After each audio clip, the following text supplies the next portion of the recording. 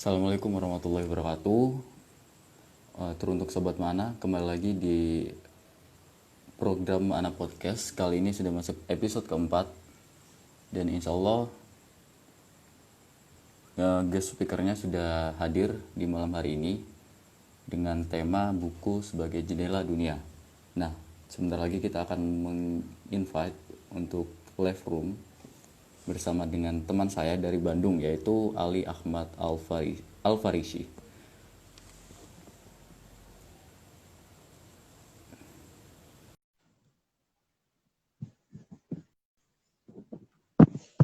Nah, kita sudah menginvite Ali Ahmad Al-Farisi untuk bergabung bersama kita di live room Mana Podcast. Nah, kita sudah terhubung dengan teman kita nih. Assalamualaikum. Terdengar suara saya, Ali? Siap, Waalaikumsalam. Alhamdulillah. Sehat-sehat di sana? Alhamdulillah. Gimana Surabaya? Surabaya sehat?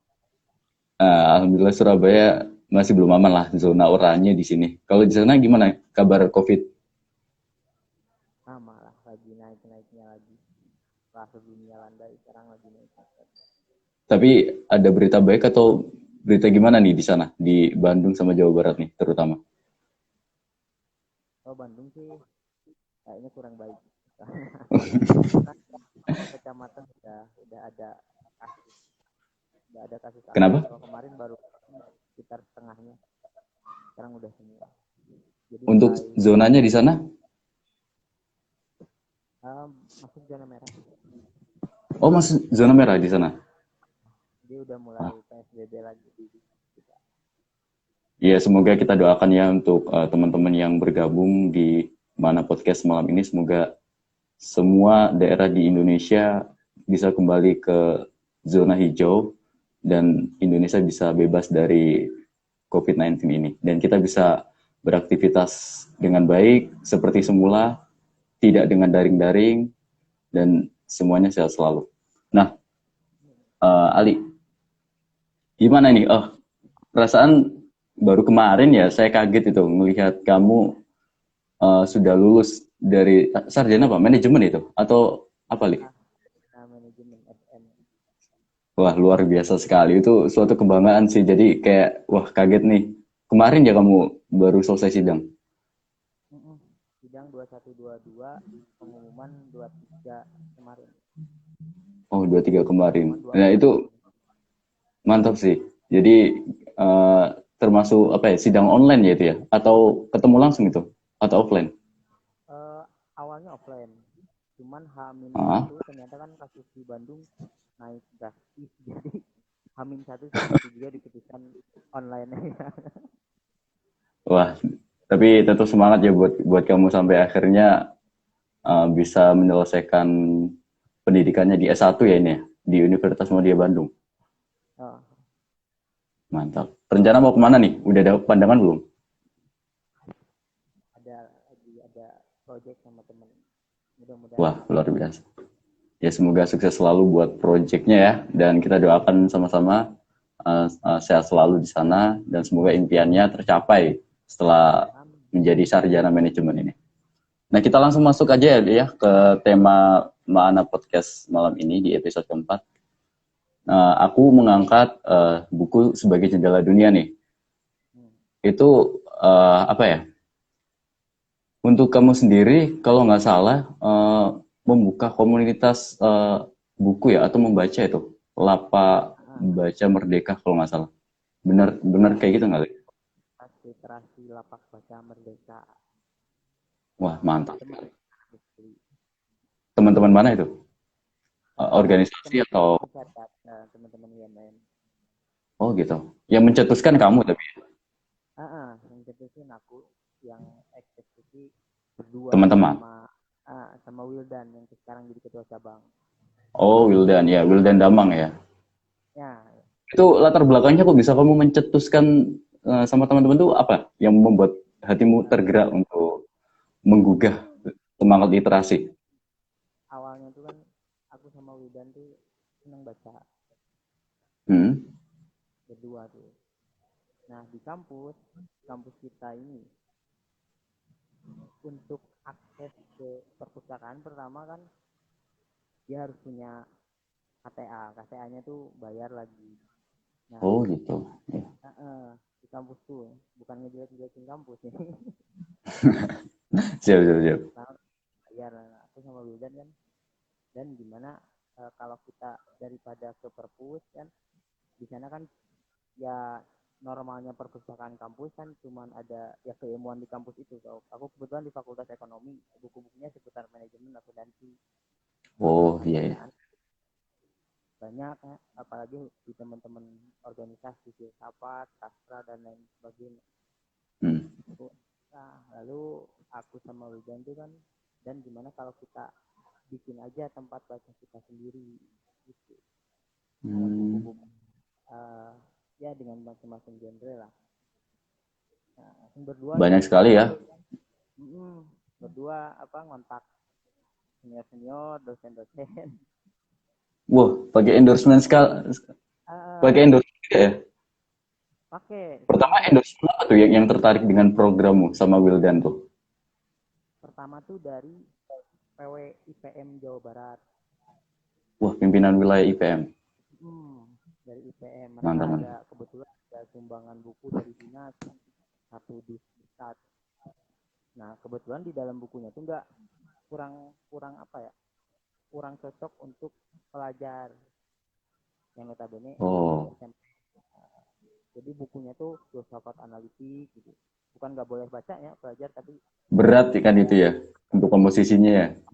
pandangan teman-teman PWIPM ini bakal lebih berguna kalau buat teman-teman mahasiswa. Makanya disumbangin ke kita itu pertama. Hmm. Lalu yang keduanya dari beberapa dosen yang senior juga kan. Nah, lalu yang Wah, ketiga ikut-ikut berpartisipasi ya. kebetulan waktu itu saya megang BEM, ketua BEM. Hmm.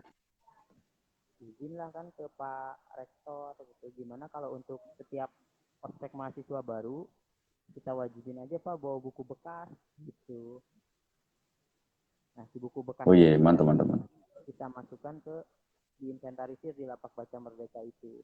Kita ngelapak di lobi FEB lantai 2 di WiFi corner setiap hari Rabu setiap minggunya. Oh, ada jadwalnya juga ya untuk itu. Ada. Wah, terstruktur sekali ya dari awal. Terkonsep lah istilahnya seperti itu. Lumayan lah. Tapi untuk awalnya ada kendala-kendala nggak, Li? Yang menjadi tantangan buat kamu sama Wildan tuh? Ada tantangan pertama sih tentu dari pihak kampus. Karena kan aku ngelapaknya lapak aja kan buku dijejerin aja. Dijejerin buku Hmm. spanduk dijejerin. Nah, kata pandangan pihak kampus pertamanya itu bisa nggak jualan. Kok jual buku Oh spanduk? gitu.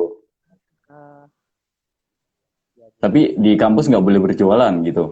Ketentuannya di Betul. situ. Oh gitu. Tidak Tapi hanya BEM ngelapak aja kan kau bukan jualan.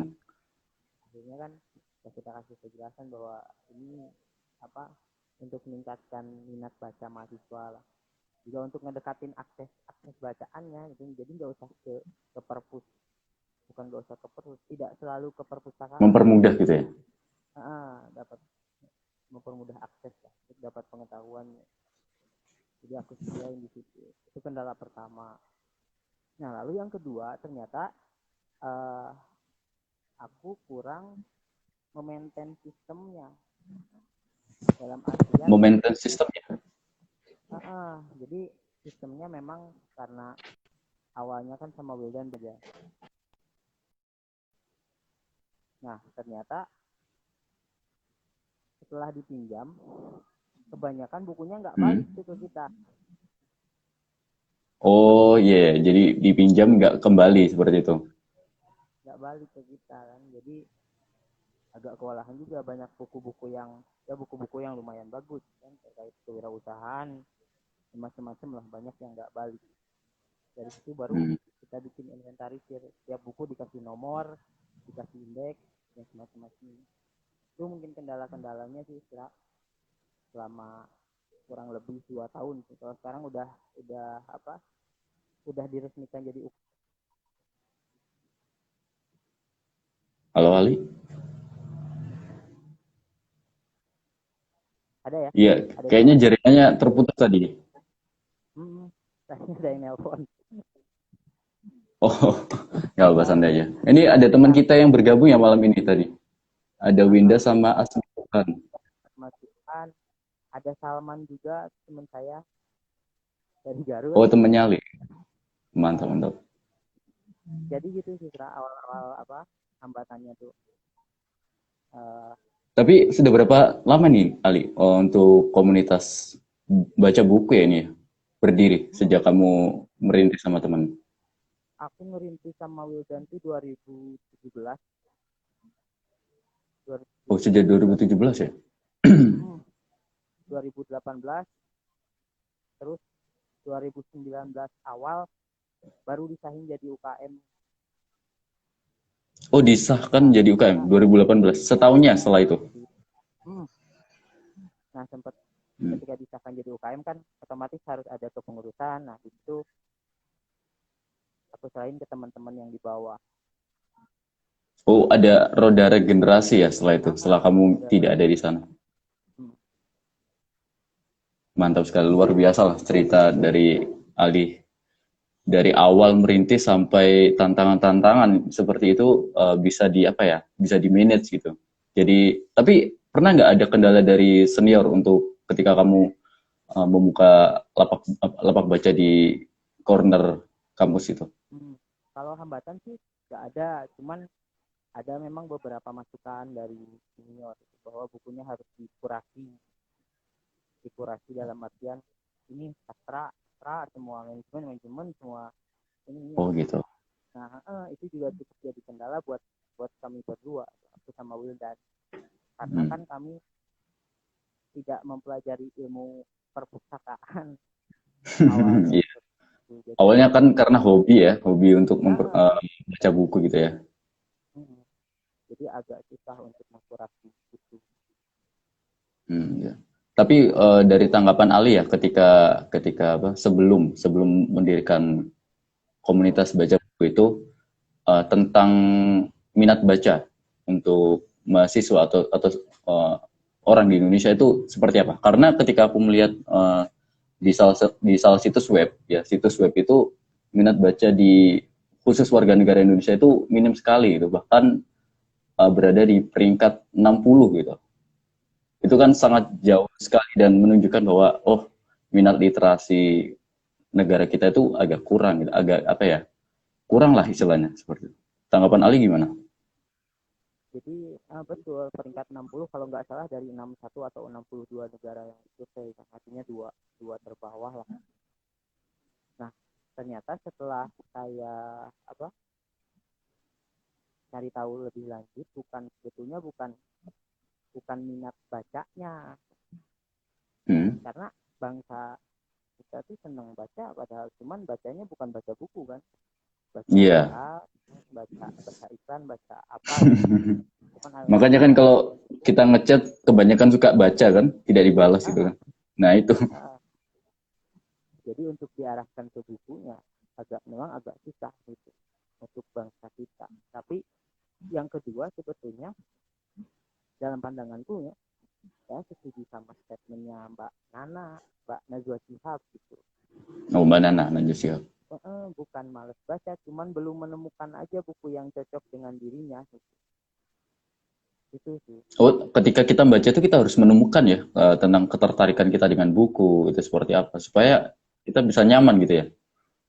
Soalnya kan buat Mbak Nana tuh untuk mencintai buku tuh kamu cuma perlu menemukan satu buku yang kamu sukai, buku yang benar-benar mewakili mewakili kita, dan itu nggak masalah sebetulnya buku genre apapun, mau Hmm. novel, mau roman, atau mau buku-buku serius ya silahkan. Soalnya pengalaman aku gitu Kak, ketika misalkan membaca satu buku biasanya itu akan kesambung ke buku-buku yang lain. Oh, selalu begitu ya? eh, baca buku misalkan kemarin aku baca bukunya Laila S. Chudori, ada judulnya tuh Pulang, Hmm. tentang tahanan-tahanan politik zaman era 65 lah yang kuliah di luar negeri tapi nggak bisa pulang. tahun 65. Setelah baca buku itu ada fakta-fakta sejarah kan, ada fakta-fakta sejarah yang diungkap. Nah dari situ aku nyari tahu fakta-fakta sejarah ini, otomatis baca buku lagi, terus aja tersambung kayak gitu sih. Kalau boleh tahu, sejak kapan Ali menemukan minat baca atau baca buku tuh? Sejak dari kuliah atau awal SMA? eh Lulus SMA menjelang masuk kuliah. Oh, setelah UNAS berarti ya? Ah, soalnya masa-masa itu kan masa-masa gabut ya, Senggang. Mm-mm. kuliah, masa-masa senggang, kuliah belum mulai kan, jadi banyak waktu di situ coba baca-baca buku, dan beruntungnya aku dapat buku yang bagus gitu, bukunya Doni Dirgantoro waktu itu. Tentang apa itu, Ali? Udah di juga. Ini bukunya 5 cm, film 5 cm, tapi ini Oh, yang versi 5 cm. Ya. versi bukunya. Beruntungnya dapat buku itu kan. Jadi dari situ, wah ternyata rame ya. Dari situ mulailah minat baca ke sini ke yang agak lebih berat, dan kebetulan juga gabung sama teman-teman di IMM kan, dimana kajian diskusi terus kan. Jadi ngikutin aja terus. Itu Oh, cerita gitu. Jadi, awalnya. tapi setelah kamu menemukan yang di 5 cm ya, ini kan kalau kalau di aku sendiri, ketika kamu menyebutkan penulisnya tadi kan, saya bingung itu judulnya seperti apa. Karena ketika eh, menyebutkan 5 cm itu saya sering melihat filmnya. Justru kan orang itu kan beda ya. Ketika dia bisa mengikuti alurnya melalui film atau mengikuti alurnya melalui baca buku seperti itu.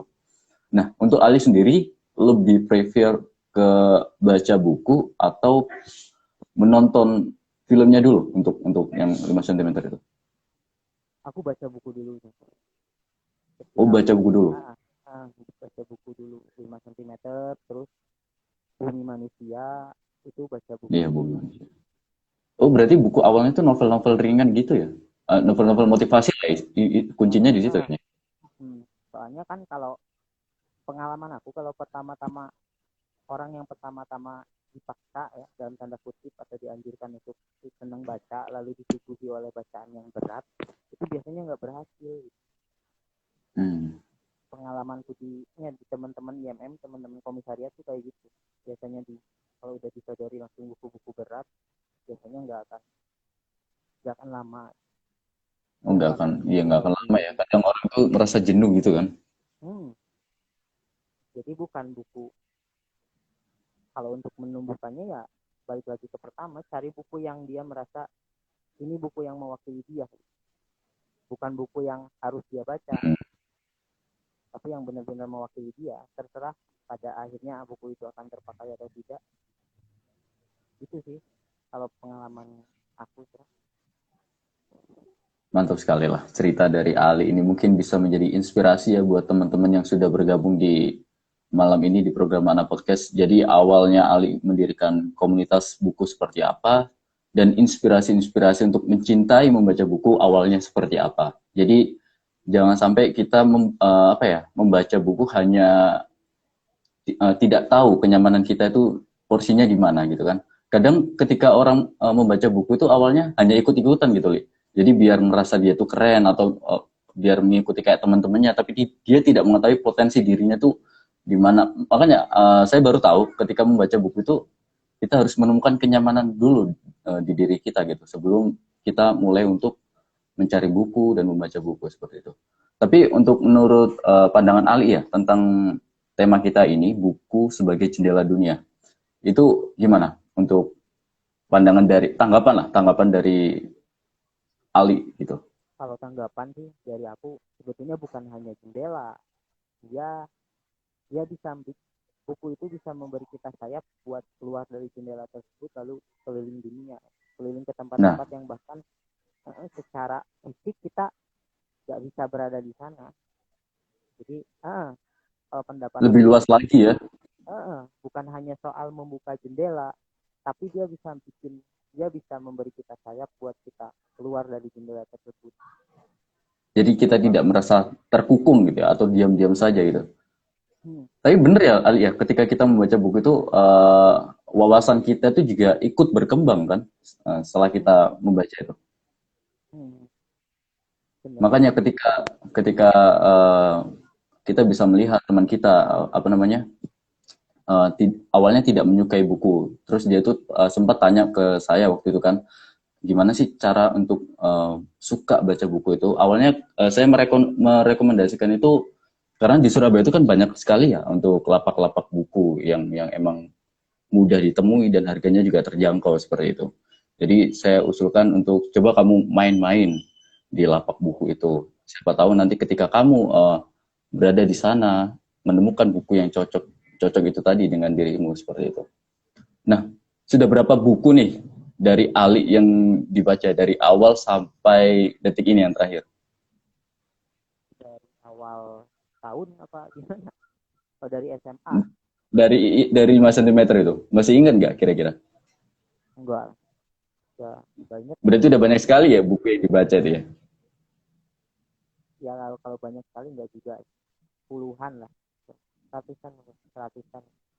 Wow, puluhan sekali. Tapi dari Ali sendiri, buku yang paling menarik, yang paling apa ya, yang memikat Ali ketika Ali membaca, wah kayaknya ini istimewa banget ya, ada poin penting gitu. Yang ada dua. Apa itu? Yang pertama tuh buku, aku lupa judulnya, aku lupa penulisnya, tapi aku ingat Hah? judulnya. Judulnya tuh Muhammadiyah dan Karma. Muhammadiyah dan Karma. Muhammad Shallallahu Alaihi Wasallam dan Karma. Oh, Itu bukunya tentang masyarakat tanpa kelas. Nah, kenapa aku suka di buku itu? Kadang kan ah, kita tuh mandang Karma dengan ajarannya tuh kan agak agak miring, kadang kan hmm, agak skeptis lah ya dengan komunisme, marxisme dan lain hmm. sebagainya. Nah, di buku itu tuh dibedah bahwa irisan irisan marxisme dan Islam. Sedetail itu ya? Hmm. Terus yang aku suka sih kata pengantarnya tuh Kiai Haji Abdul Rahman Wahid, Gus. Oh, iya. Yeah. Kata pengantarnya tuh lewat buku ini dia tuh menjelaskan bahwa antara Islam dan Marxisme ini bisa berjalan beriringan walaupun Hmm, secara sumber berbeda. Yang pertama kan kalau Islam datang dari wahyu dari Tuhan, kalau yang satu dari ijtihad atau dari pemikiran manusia. iya. Tetapi Yeah. keberadaan keduanya ini bukan untuk dibenturkan. Kan kadang pemikiran kita tuh, oh, komunis sama Islam Nabrak antitésis, gitu ya. harus selalu Yeah. ditabrakkan gitu. Padahal Gus Dur di pengantarnya tuh bilang ini bahwa kalau memang toh buruk ya jangan diambil yang buruknya, gitu. Ambil yang bagusnya saja. Hmm. Jadi tidak harus selalu dibenturkan. Itu buku yang pertama. Lalu yang kedua bukunya Pram, yang Bumi Manusia. Bumi manusia yang tadi itu ya. Bumi Manusianya Pramudiana Tatu. Tetralogi Guru lah. Soalnya Poin pentingnya dari itu yang kamu dapat apa? di bukunya Pram tuh aku bukan kita lah, aku secara pribadi Hmm. bisa Ketika kamu belajar membaca itu. sejarah, bisa belajar sejarah zaman kolonial, tentang feodalisme, tentang Hmm. kemanusiaan dari buku itu, tapi dengan bahasa-bahasa yang ringan gitu. Jadi kita belajar sejarah, tapi kita merasa ada di dalamnya, ada di dalam alur Jadi kita cerita. ikut ya, ikut merasa terbawa di alur ceritanya itu. Bukan belajar sejarah seperti di di sekolah, yang dimana buku-bukunya kan rata-rata hanya berisi kapan perang ini terjadi, sekian, sekian, sekian. Tapi kalau Nah di ya buku itu ini, membuat ah, jenuh sekali ketika diberi penjabaran seperti itu. ketika di bukunya Pram, alur, saya menemukan alur yang membuat saya tuh ada di buku tersebut gitu, kira. Oh ternyata seperti ini kondisinya, dijelaskan detailnya tentang kemanusiaan, tentang feodalisme, semacam tentang semangat Oh, untuk melawan itu dari seorang yang terjajah. Dan kalau di situ jadi ceritanya ada motivasi juga ya di sana ya. ah, Jadi spirit yang kamu dapat ketika kamu membaca buku Pramnya itu. hmm, Tapi untuk buku yang ketika tadi kan Ali bilang ketika Ali membaca buku, Ali bisa menemukan buku selanjutnya untuk dibaca. Itu Hmm, buku apa Ali? Saya masih penasaran tuh. contohnya tadi di awal saya baca bukunya Pulang, judulnya tuh Pulang, tentang eh, tahanan-tahanan politik yang tidak tidak pulang, yang tidak bisa pulang karena paspornya Oh, yang dicabut awal tadi ya? rezim Orde Baru. Hmm. Ternyata dari situ saya mulai nyari-nyari fakta kan, karena tahu di akhir buku itu hasil riset, jadi saya mulai Oh. nyari-nyari fakta, ketemulah bukunya lagi, buku yang satunya lagi, Melawan dari Restoran, judulnya, Hmm. Sorbon, judulnya Melawan dari Restoran. Jadi bagaimana tahanan-tahanan politik yang tidak bisa pulang ini mengobati rasa rindunya terhadap tanah air tuh lewat membuka restoran di luar negeri. Kalau diceritanya tuh di Paris, dia bikin restoran Indonesia. Nah, itulah cara-cara mereka buat mengobati kerinduan mereka terhadap tanah air. Soalnya ketika mereka pulang, mereka tidak diakui, paspor mereka dicabut, keluarga negaraan mereka dicabut. Oh gitu. Terus Jadi eh, mereka mendirikan usaha di negara orang gitu, Li. mendirikan restoran di Prancis, namanya restoran Indonesia di Prancis. Tapi ketika Awalnya dia kembali ke Indonesia, eh, bisa atau ada penolakan gitu? kalau di buku yang saya baca dia udah nggak bisa pulang ke Indonesia karena paspornya tuh sudah dicabut. Halo, Ali? Ya, halo, halo. Jaringannya masih, ya halo. Hmm. Jadi Kedengaran suara, dia suara saya dengar? kedengaran Kak. Ya, yang tadi Dia saya udah saya tertarik itu di ketika paspor dicabut. Itu awalnya kenapa, Li? Bisa bisa seperti itu? karena jadi zaman dulu tuh kan zaman Orde Lama, Hmm? Soekarno tuh mengirim pemuda-pemuda terbaik Indonesia untuk kuliah di luar negeri. Oh iya, Kebanyakan di Eropa Timur, di iya. Inggris, Itu Cekoslovakia. di B.J. Habibie filmnya kan sempat ya Ah, diputar di sana kan? ada jadi Ada putra-putra sekilas terbaik potongan kan Indonesia. itu program Ah, dari Soekarno. Iya ya. Saya program paham, saya paham. Soekarno. Soekarno kan buat nantinya dia mengelola sumber daya yang ada di Indonesia. Tujuannya di situ, Pak Soekarno. Kalau nggak salah gini, Ali, dari Soekarno itu kamu kuliah di luar negeri, tapi ilmunya kamu ambil untuk di Ah, apa ya? diaplikasikan. Diaplikasikan ke dalam negeri. Seperti itu kan? Seperti itu tujuan Soekarno awalnya. Oh, Cuma kan iya, iya, paham, paham. pada medio 65, 66 sampai 70 Soekarno jatuh dan Hmm? pemuda-pemuda ini dianggap sebagai pendukung Soekarno oleh rezim selanjutnya. Hmm. Dianggap Soekarnois. Jadi hak kewarganegaranya dicabut. Oh, itu juga Akhirnya sempat terjadi di B.J. Habibie kan? Yang waktu itu sempat tengkar sama teman-teman mahasiswa Indonesia kalau nggak salah itu. di film B.J. Habibie yang kalau nggak salah Sama uh, anak-anak elit lah istilahnya. yang dari tentara rakyat kalau nggak salah. Iya, sempat sempat juga mengalami tindakan kekerasan kan dari temannya juga. Sempat dipukul dan ya semacam itulah. Untuk ketika membaca buku itu, untuk buku selanjutnya itu apa yang bisa menyambung di buku itu?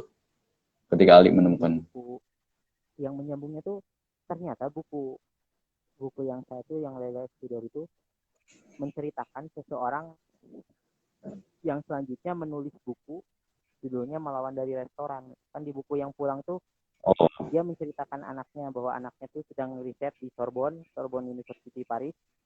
hmm. Dia riset tentang tragedi 98. Nah, si bapak dari anaknya ini pemilik restoran Indonesia tadi. Kalau saya kan senangnya gini sih, aku Susra. Tiap selesai buku nyoba bikin review-review gitu kan, bikin ringkasan. Oh, ditulis gitu kan poin-poinnya seperti Ah, itu.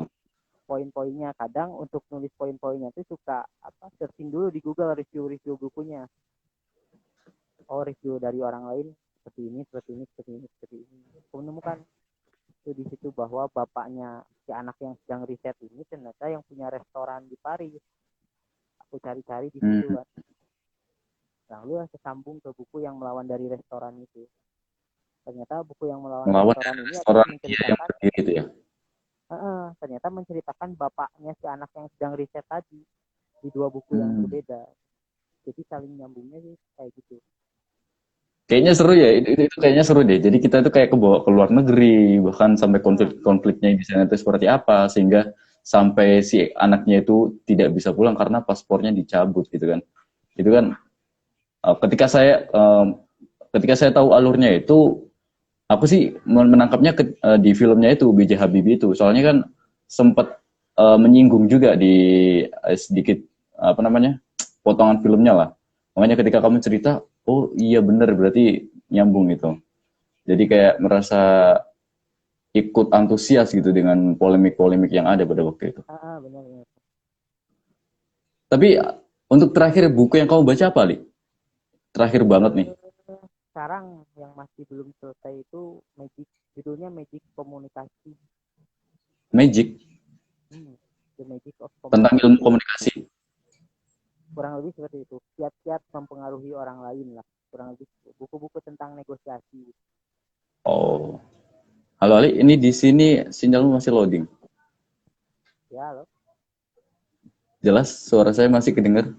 Tadi agak Jelas. sedikit nge-freeze di saya. Oh, jelas, jelas, jelas. Jelas. Gimana tadi yang magic komunikasi itu? Jadi Magic Communication. Kalau yang sekarang lagi saya baca itu kiat-kiat mempengaruhi, kiat-kiat berkomunikasi untuk mempengaruhi orang lain. Jadi bukunya Apalagi itu, masuk ke dunia pekerjaan itu penting ya untuk uh, buku-buku itu penting. dibaca. Pertama, karena kebetulan udah ya sebentar lagi lulus kan waktu awal-awal baca buku itu. Jadi kayaknya Hmm. aku perlu nih buat baca-baca buku tentang komunikasi, buat ya interview lah. Gimana caranya sih untuk memahami psikologi lawan bicara itu. Padahal backgroundmu bukan orang komunikasi, tapi karena rasa ingin tahu kamu yang mendorong Ah, untuk membaca itu. tapi kan Jadi berarti untuk membaca buku itu kita harus ada rasa ingin tahu ya, Li? Awalnya itu ya ya. awalnya Kalau kita nggak ada rasa ingin tahu, nggak ada koneksi antara kita dengan buku yang dibaca itu. ada Bener, dua bener kan seperti itu. kalau menurutku ya. Ada dua awalan. Yang pertama Hmm. emang rasa ingin tahu ya, lalu yang kedua juga agar dianggap keren tadi. Kenapa? Itu kadang jadi agar dianggap keren tadi. Oh ya, pasti ada plus minusnya. Plusnya itulah. Itu kadang jadi alasan orang buat ya minimal dia dia bawa-bawa buku lah, minimal walaupun satu dua lembar dibaca ya minimal dia baca. Siapa tahu ketika di satu lembar yang dia baca itu dia menemukan kalimat atau menemukan paragraf yang memang mewakili dia, sehingga dia bisa baca-baca buku halaman-halaman selanjutnya. Kadang kalau misalkan bawa buku terus dilihat sama teman dan teman itu kayak menanyakan tiba-tiba tertarik itu kan juga menjadi sesuatu yang wah ini kamu anaknya kutu buku ya atau suka baca buku nih gitu kan kayak gitu. Hmm, Halo Ali, ya, ya, kira. ya tadi agak sedikit nge-freeze lagi. Oke, kita lanjut lagi. Eh, buat sobat mana yang bergabung di malam ini sangat luar biasa sekali tentunya tadi cerita dari teman saya gitu ya Ali Ahmad Al Farisi gimana cara untuk menemukan minat baca dan bisa terkoneksi langsung dengan buku. Jadi untuk membaca buku itu pertama kita juga harus menemukan apa ya koneksi ya dengan cara rasa ingin tahu tadi. Habis itu kalau bisa jangan berat-berat ya bukunya. Jadi biar Ya, nggak gampang jenuh untuk seperti awal itu. kalau bisa jangan berat-berat. Nah, ketika ya benar sekali. Ketika kita sudah menemukan kenyamanan di dalam membaca buku, kita akan semakin tertarik untuk membaca buku-buku selanjutnya dan semakin banyak membaca buku. Nah, kalau misalkan dengan penerapan seperti itu yang dilakukan oleh misalkan generasi milenial kita di zaman sekarang ini ya, itu bisa nggak ya untuk meningkatkan tadi untuk rating ya, ranking tentang minat literasi di Indonesia? Bisa sih, Pak. Kalau tapi juga perlu didukung dengan penerapan teknologi yang benar. Karena fenomena hari ini kan buku fisik bukan lagi satu-satunya acuan ya. Ada e-book yang dan lain hal sebagainya yang memang berbasis elektronik. Jadi ketika dikaitkan dengan membaca buku, ya pada diakui atau tidak pada hari ini bukan hanya sebatas buku fisik, termasuk di dalamnya ya e-book, buku elektronik gitu ya.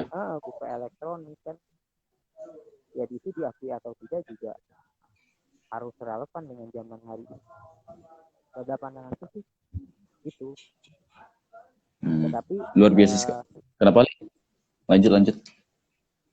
Tapi yang lebih penting adalah selama yang aku tahu gitu, kenapa teman-teman mungkin di mahasiswa, di kalangan mahasiswa, teman-teman saya agak kurang minat bacanya karena memang akses bukunya itu terbatas. Harus ke perpustakaan. Ya berarti awal-awal tadi ya ketika kita ingin menemukan rasa minat baca untuk teman-teman, itu kita harus mempermudah akses gitu ya. Kalau secara logika itu benar sih. Jadi jangan sampai kita beranggapan bahwa sekarang anak muda ini minat bacanya kurang. Tetapi kita harus perlu lebih kritis lagi. Kenapa kok bisa minat baca itu kurang? Kita harus memfasilitasi gitu ya. Dengan cara kamu tadi membuka lapak di corner yang sempat ada berbagai muncul tanggapan dari dosen dan sampai teman-teman mahasiswa seperti itu. Soalnya ini logika dasarnya tuh, misalkan tempat baca perpustakaan. Itu pertama. Orang yang pergi ke perpustakaan adalah orang yang sejak dari rumah punya niat untuk baca. Iya. Tapi kalau misalkan kita buka tadi lapak baca atau akses bacaan di taman, di kampus, atau di tempat-tempat lama yang memang banyak orang, itu bisa saja orang-orang yang sejak dari rumah tidak minat baca tetapi melihat satu judul buku yang buat dia menarik, dia jadi baca. Itu sih. Iya. Dalam pandanganku. Jadi bukan niatnya dulu, tapi apakah aksesnya ada dulu, tidak. Benar Karena sekali. Niat itu buat aku bisa ditumbuhkan gitu ketika aksesnya ada. Nah, garis besar yang menjadi solusi kali ya supaya minat baca dari terutama generasi milenial sekarang ini tuh kita harus menumbuhkan tuh minat baca. Apalagi di era digital sekarang kita juga tidak hanya menemukan buku fisik tapi juga dalam bentuk online semakin banyak berkembang seperti itu. Justru kalau misalkan ada buku online ini sangat mempermudah tentunya, Ali. Pertama sangat mempermudah untuk pembaca, tetapi bisa juga jadi kadang bayar juga ya. Buat penulis khususnya. Karena diakui atau tidak, itu diterima atau tidak, buku-buku online ini kan kebanyakan bajakan, baik itu novel atau apapun lah. Ada yang bajakan juga ya di online itu? Bajakan banyak kan, web-webnya bisa diakses, e-booknya, PDF-nya, dan itu akan jadi bumerang untuk si penulis gitu. Memang termasuk hak cipta juga kan ada di situ ya? Secara hukum juga kan tidak boleh untuk mengkopi tanpa izin penerbit ataupun penulis. Nah justru itu jadi bumerang, dan ini sebetulnya isunya udah lama itu. Mohon maaf gitu, di marketplace kan ada beberapa buku yang harganya 20.000, 15.000, oh ya, 30.000, buku-buku bajakan lah. Yang sebetulnya itu kan si penghasilannya, royaltinya kan tidak sampai ke penulis, tidak sampai ke penerbit. Nah ketika ini sistem ini terus dilakukan gitu, penulis-penulis ini akan ya sebagaimana manusia, penulis-penulis ini akan malas untuk menulis buku lagi karena karyanya tidak dihargai oleh pembaca. Tidak ada support ya tidak ada support dari lingkungannya, dari sistemnya. Jadi ketika penulis-penulis ini sudah enggan untuk menulis, untuk menuangkan pikiran dalam sebuah buku, kan otomatis juga literasinya kan akan turun di kita. Tidak akan ada ilmu-ilmu baru, tidak akan ada pikiran-pikiran baru. pemikiran-pemikiran baru. Jadi kalau menulis itu kan pasti butuh referensi ya, butuh apa ide-ide segar sebelum kita memulai untuk menulis. Tapi Ali sendiri pernah nggak membuat suatu tulisan ketika Ali setelah membaca buku itu?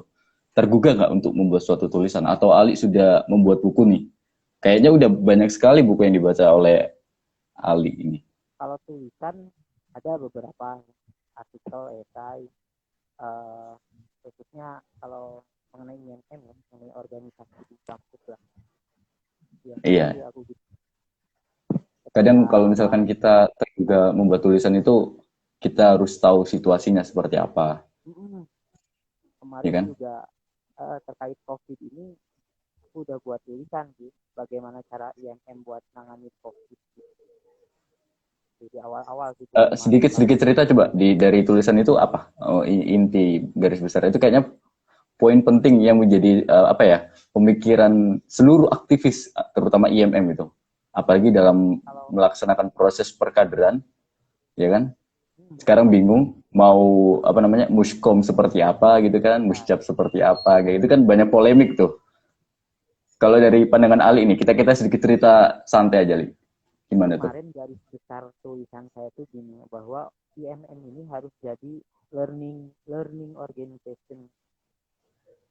Nah, apa sih learning organization ini? Karena kebetulan di disiplin ilmu yang saya pelajari di manajemen tuh ada yang namanya learning organization.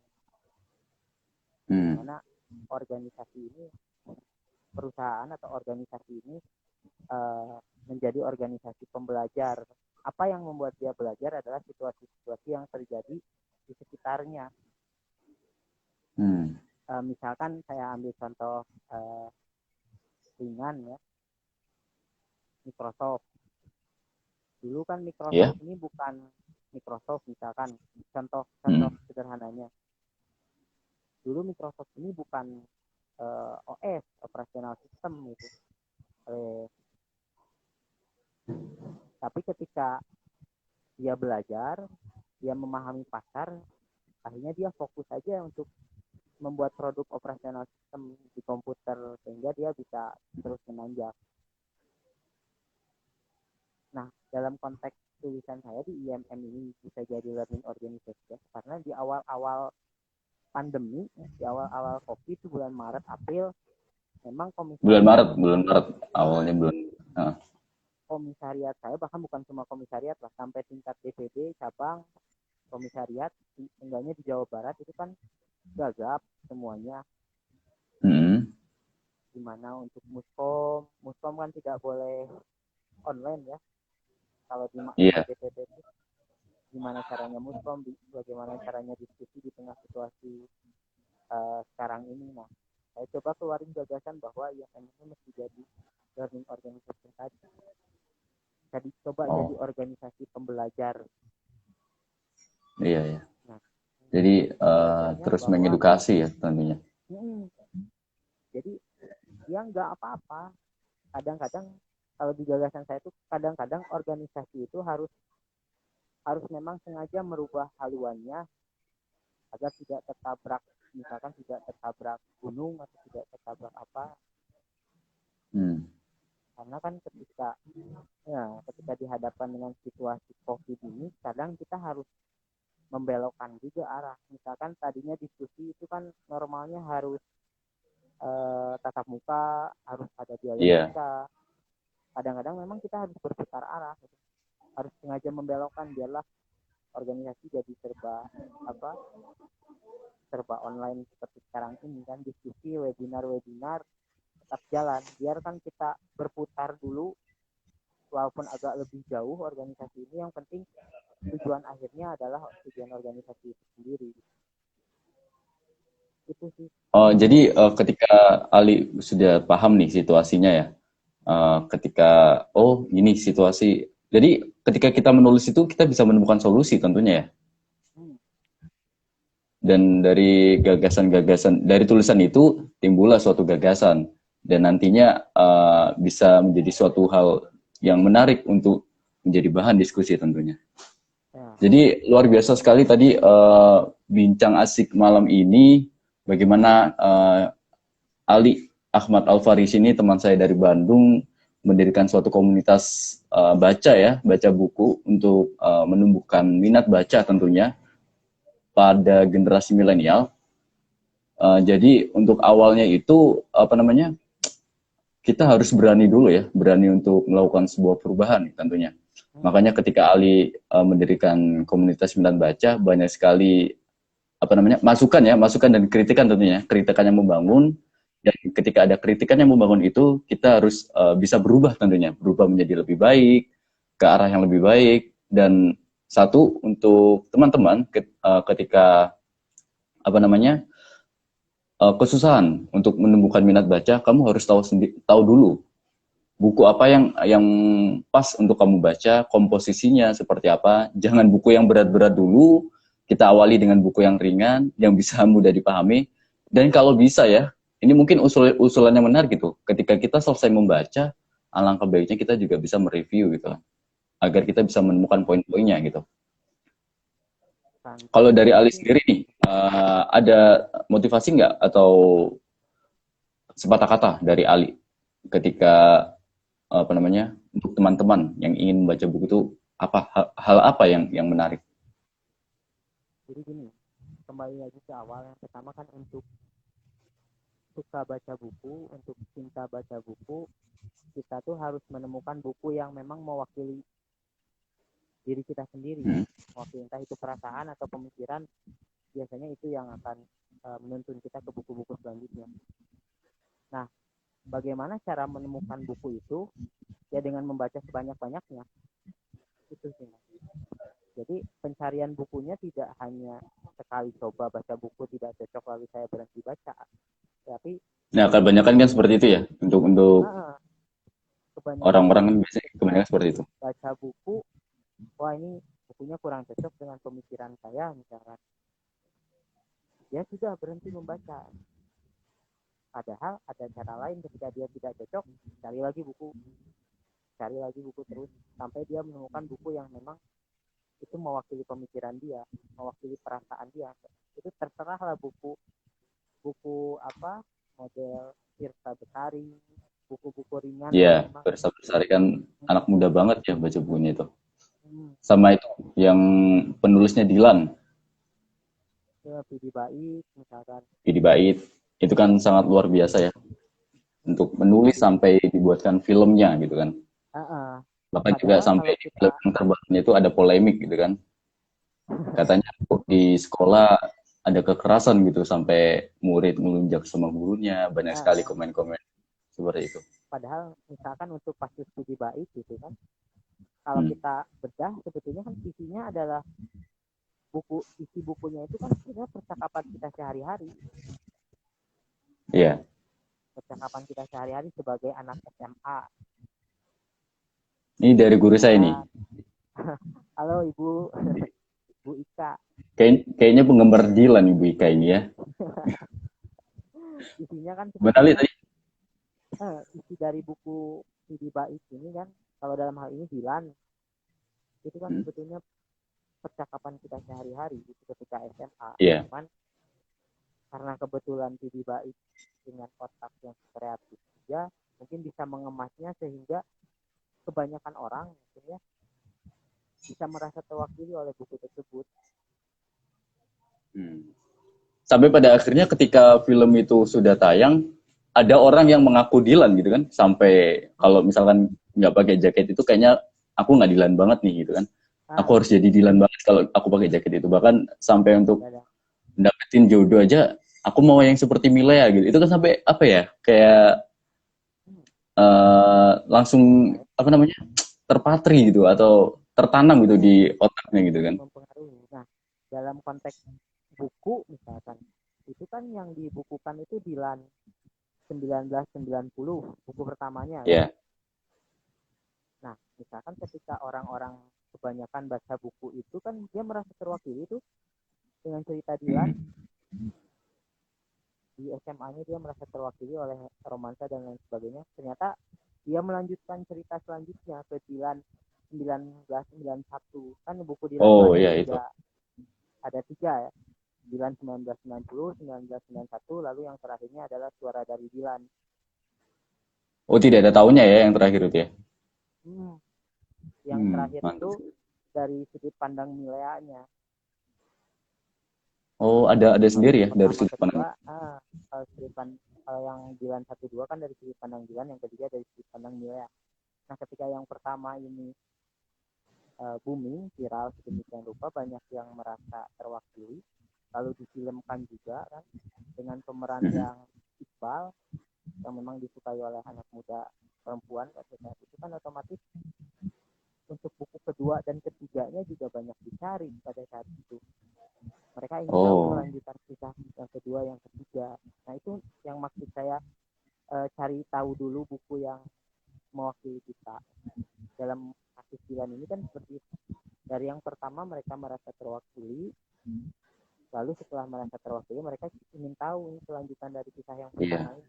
Beli lagi yang kedua, beli lagi yang ketiga, dan Itu seterusnya. berarti sama ya sistemnya ya untuk membaca buku berlanjut itu sistemnya seperti itu sama ya prosesnya Hmm. yang di awal tadi, yang di buku pulang itu. Ah, dalam konteks buku pulang juga sama. Dia akan Hmm. bersambung ke buku-buku selanjutnya. Tapi ini sedikit-sedikit aku membaca komen dari guruku ya. Ini aku sempet juga membaca bukunya Asma Nadia. Jadi serasa kembali ke masa SMA tapi ngefans dengan. Iya benar. Kalau kamu tahu nggak yang penulis Asma Nadia ini, Ali? Penulisnya sih tahu. Untuk baca bukunya itu tahu nggak? Atau pernah Bukunya belum. pernah. Tapi Pernah kalau di dengar, Asma Nadia ini belum baca. pernah difilmkan juga kok. Pernah difilmkan di layar lebar Indonesia. Itu kalau nggak salah Assalamualaikum Beijing itu ada sama 99 Cahaya di Langit Eropa. Jadi Ya, apa ya. ya? Kalau kalau misalkan dari aku sendiri ya, ketika apa namanya ingin membaca buku itu, aku tuh selalu awali dengan film gitu kan. Jadi aku kayak pengen merefresh gitu kan. Karena kalau dalam konsep film itu kan pasti beda gitu dengan membaca buku Ya, gitu kan. ada visualnya. Iya, ada kayak semacam ketika orang menonton film di bioskop ya, terutama di bioskop itu kan ketika kita keluar itu kita merasa kayak, oh, aku udah menemukan nih apa yang harus aku lakukan gitu kan. Aku udah menemukan nih motivasiku apa kayak gitu. Jadi kalau misalkan kita keluar, kita masih penasaran dengan cerita film di bioskop itu, kita kembali lagi. Kayaknya aku harus cari bukunya deh, biar menemukan apa namanya. Kan kalau di film kan gantung ya. Kalau di buku kan semuanya kan jelas gitu kan. Ada bagian-bagian yang detailnya di buku itu seperti apa kayak gitu. Nah, kalau Ali sendiri suka nggak untuk menonton film itu? Menonton film yang dibukukan ya, terutama. Suka, suka. Beberapa tadi yang 99 Cahaya di Langit Eropa juga filmnya aku sempat nonton, cuman bukunya memang belum sempat kebaca. Itu kan juga nyambung ya 99 itu ya. Jadi awalnya kalau nggak salah dari saya baca dan mengetahui itu. Jadi gini, ketika 99 Cahaya di Langit Eropa itu saya tuh aku tuh tahu gitu. Oh, ternyata di Eropa itu ada peradaban Islam yang kental gitu kan. Nggak hanya Ada kan peradaban kebanyakan Islam. orang itu mikirnya kalau di Eropa itu Kristen semua, Kristenisasi semua gitu kan. Dan sampai 99 Cahaya di Langit Eropa yang kedua itu baru apa namanya nyambung ketika apa namanya kenapa Islam dan Eropa itu dulunya romantis seperti sepasang kekasih ya, terus tiba-tiba Islam dan Eropa itu udah nggak serasi lagi gitu kan. Nah itu ada di potongan film di part yang kedua itu, kalau nggak salah Bulan Terbelah di Langit Amerika, itu menceritakan pemboman. Jadi bom WTC yang tower Ya, tower kembar itu.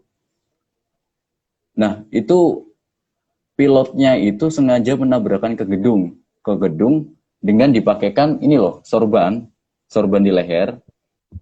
Nah, ketika apa namanya? Aparat berwajib atau aparat keamanan menelusuri kejadian pemboman WTC itu, wah, ini yang ngebom nih pilot Islam gitu kan. Akhirnya dibuatlah wacana itu bahwa oh ternyata Islam ini teroris. Nah, awal mula seperti itu. Akhirnya apa namanya? Ditarik ulur. Makanya kenapa Islam dan Eropa itu awalnya menjadi serasi dan tidak serasi seperti itu. Jadi nyambungnya seperti itu. Jadi kayak sempat terbawa gitu loh, kayak apa ya? Wah, sayang sekali gitu kan sampai perjuangannya seperti ini dibangun, apalagi nyambung lagi tuh yang zamannya Ottoman Turki. yang sampai membangun kejayaan Islam yang sangat jaya, sampai pada akhirnya luntur gara-gara orang Islamnya sendiri yang serakah akan kekayaan dan mudah diadu domba gitu kan. Jadi itu menjadi suatu pembelajaran lah. Jadi semoga kedepannya itu, harapan saya itu Islam kembali berjaya lagi gitu kan di Eropa. Dan ya itu kayak apa ya, makanya jadi saya cerita ini sampai ke bawah gitu kan, ke bawah sampai alurnya, sampai perasaan-perasaan sedihnya itu ada gitu kan. Jadi kalau tanggapan Ali sendiri tadi gimana Ali? Kayaknya tadi mau bilang kepotong, sorry. Yang di 99 langit cahaya di langit Eropa itu kan sebetulnya kayak akan riset ya kan. Iya, kayak akan riset betul. Kan kayak akan riset. Nah, ketika dikaitkan dengan konteks membaca, otomatis si penulis ketika membaca itu juga membaca hasil temuan-temuan hasil riset di belakangnya. Kalau aku nggak salah ya, kira bahwa ada, aku juga baru tahu di film itu ada satu part di mana bagian di Sungai Seine di Paris. Oh ya, Sungai Seine yang besar ternyata mengarah ke Mekah. Itu kalau misalkan aku sambungin. Jadi dari sungai itu, jadi aku juga baru tahu nih. Jadi kayak apa ya? Kayak kita tuh diajak gitu ya, diajak di dalam ceritanya, dan kita tuh sampai mikir gitu kan. Coba kamu jalan lurus lagi, lurus melewati apa namanya? Yang patung kuda itu kan ada toh, yang patung kuda. Aku lupa namanya itu apa. Jadi kayak coba kamu jalan lurus melewati Mediterania gitu kan, lurus lagi Laut Merah. Itu kan membuat kita berpikir dan selalu menjadi teka-teki gitu kan. Akhirnya endingnya di situ gitu. Itu takjub sekali sih, luar biasa gitu. Kalau dari Ali sendiri gimana ketika mengikuti alurnya itu? Nah, tentunya banyak ilmu yang didapat dari buku itu. Cuman aku mikirnya gini, ketika Asmana dia nulis ini, otomatis dia juga entah berapa puluh buku yang dia baca, entah berapa puluh buku yang dia rangkum agar kita pembaca bukunya itu tahu bahwa ini fakta-fakta Islam loh, bahwa ternyata kan kebanyakan dari kita mengenal Islam di Eropa condongnya ke Cordoba ya. Iya, Cordoba. Ternyata di Paris, di Amerika juga jejak peradabannya masih ada sampai sekarang. Bahkan ketika kalau aku nggak salah ada part di mana patung Napoleon membuat membangun Sungai Seine, Menara Eiffel itu ketika dibuat garis lurus itu kan mengarah. Iya. Kayak gitu. Nah itu Ali motivasiku juga itu ketika membaca buku itu menjadi motivasiku kenapa kok ingin melakukan backpacker atau perjalanan gitu kan, perjalanan baik kita ke luar negeri atau apa, itu karena kalau disambungkan lagi ke apa namanya cerita-cerita itu kan ada sejarah dan fakta-fakta menarik tentunya, apalagi di Eropa itu sangat apa ya, unik sekali gitu ya, yang kita nggak tahu gitu kan, apalagi Paris ini identik dengan, pertama itu kalau di Museum Louvre namanya, Louvre, kalau lidahku bukan orang Paris ya namanya, Louvre namanya itu, yang segitiga itu, piramida itu.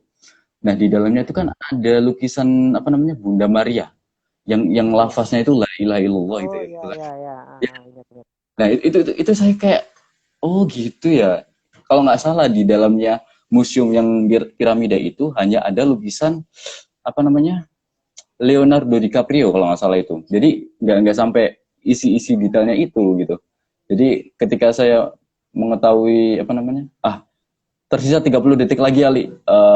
Ini kita mau lanjut lagi atau gimana? Sekalian nanti penutup ya. Jadi nanti aku nanti invite kamu lagi, nanti sepatah kata dari kamu, kita langsung closing gitu ya. Siap. Kayak gitu. Bentar ya, bentar lagi kita akan lanjut di part yang kedua. Untuk teman-teman gabung di part selanjutnya ya, kita tunggu.